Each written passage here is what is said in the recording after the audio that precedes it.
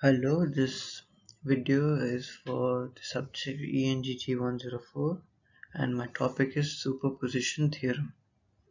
The superposition theorem states that in any linear circuit containing multiple independent sources, the current or voltage at any point in the network may be calculated as algebraic sum of the individual contributions of each source acting alone.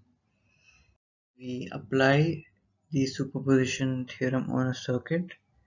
We must ensure that the circuit is linear or Ohm's law is applied on the circuit because the superposition theorem is applicable only to linear circuits and its responses.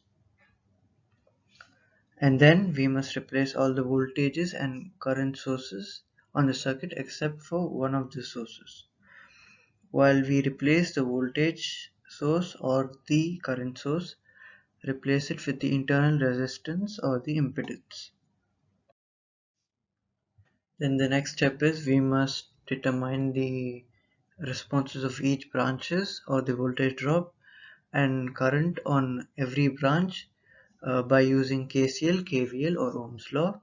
Then we algebraically add all the responses due to each source of the branch and to find the response of the branch due to the combined effect of all the other sources.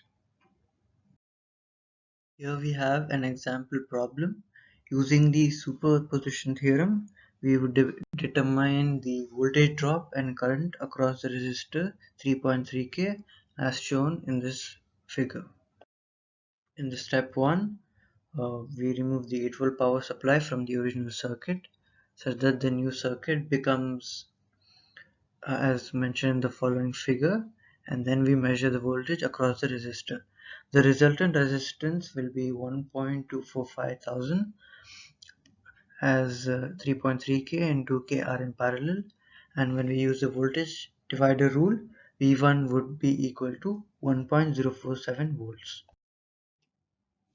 The step 2 would be that we remove the 5-volt power supply from the original circuit such that the new circuit becomes as the following, and then we measure the voltage across the resistor.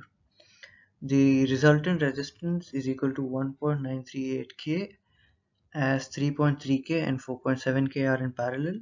When we use the voltage divider rule, V2 we get as 3.9377 volts. So therefore the voltage drop across the 3.3K resistor is V1 plus V2, which is equal to 4.9847 volts.